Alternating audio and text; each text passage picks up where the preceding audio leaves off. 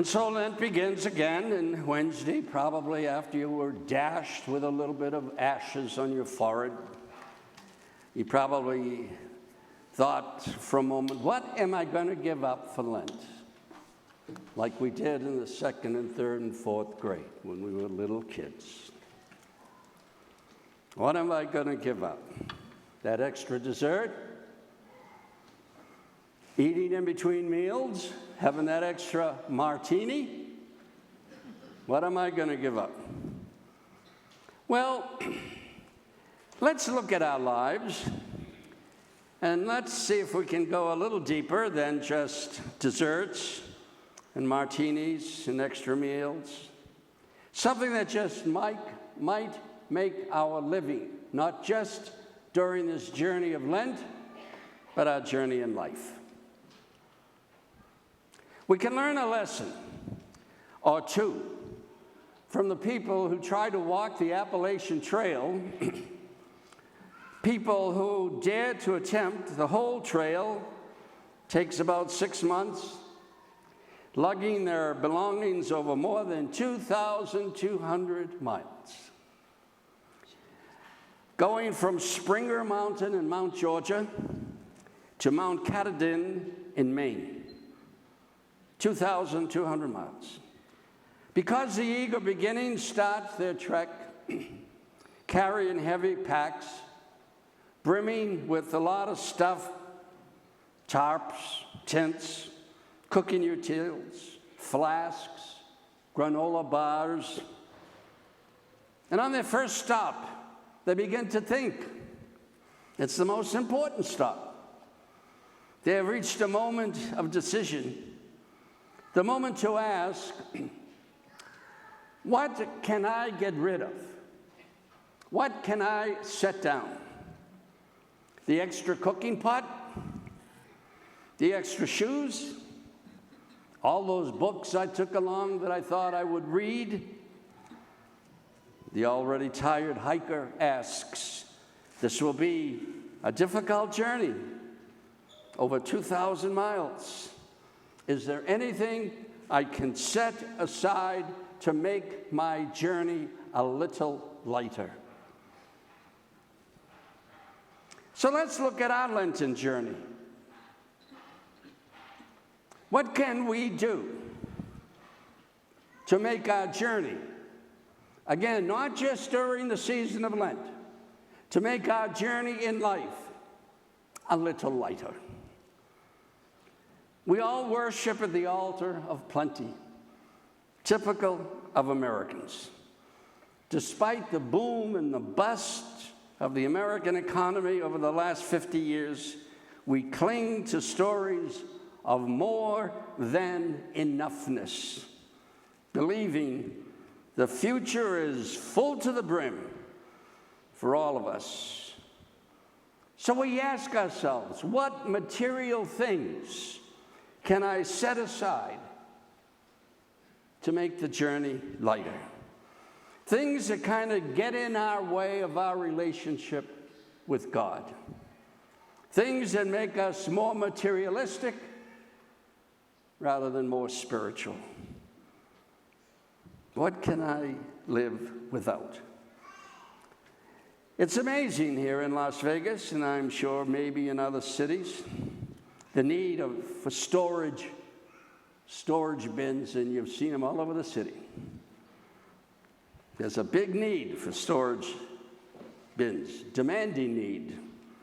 Just 3 minutes from my house in Green Valley, a new storage building was put up, 150 units, every unit air-conditioned. 2-minute drive from that storage facility. 2 minutes from that on the same road, Horizon Ridge. There's a whole block where storage buildings are being built for the last 11 months and won't be finished for another 4 months.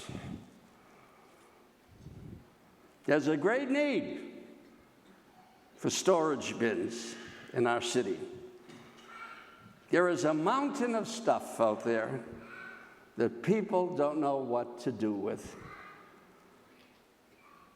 Every so often, someone who happens to notice my very, very clean, empty garage suggests that I contact one of those companies on Industrial Highway, Industrial Road, whatever it is.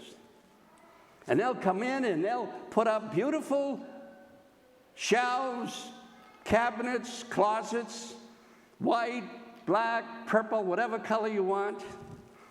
And then you can put all your stuff in there.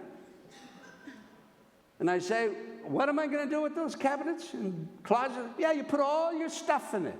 And then I tell them, I don't have any stuff, okay? I don't have any stuff.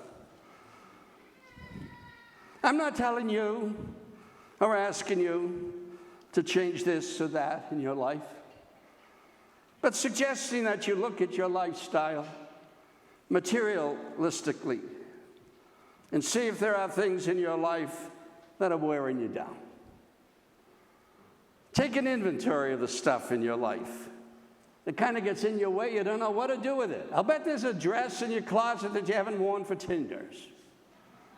I'll bet there is a tie and a shirt in your closet that you don't even know it's there. You look at some of the garages and there's all kind of toys and the people are all 16, 17 years old. Nobody's using those toys. Take a look. See if you can make life a little simpler, a little lighter.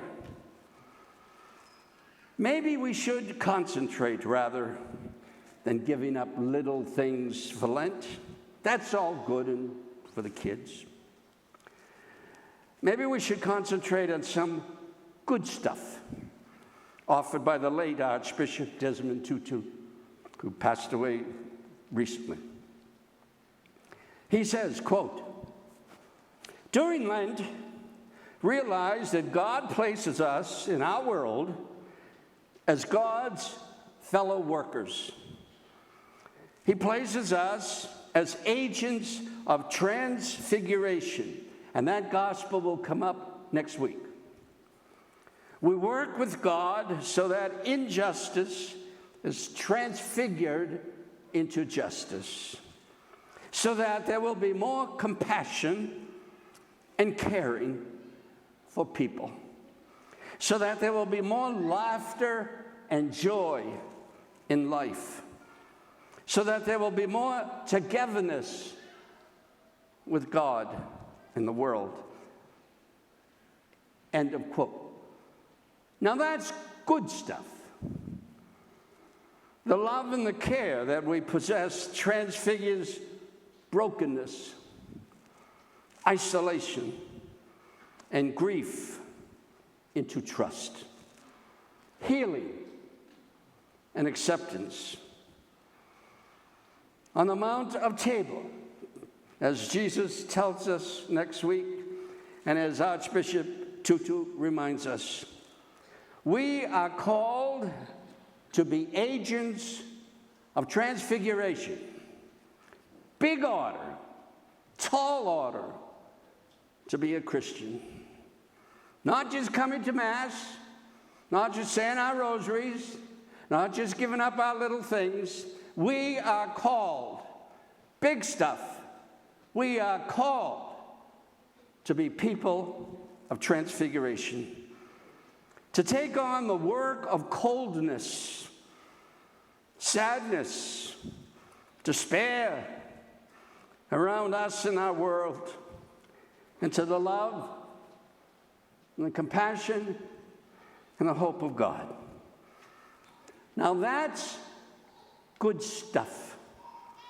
And if we can become agents of transfiguration, transfiguring people, then I am sure that God would be delighted to serve us an extra dessert and an extra martini.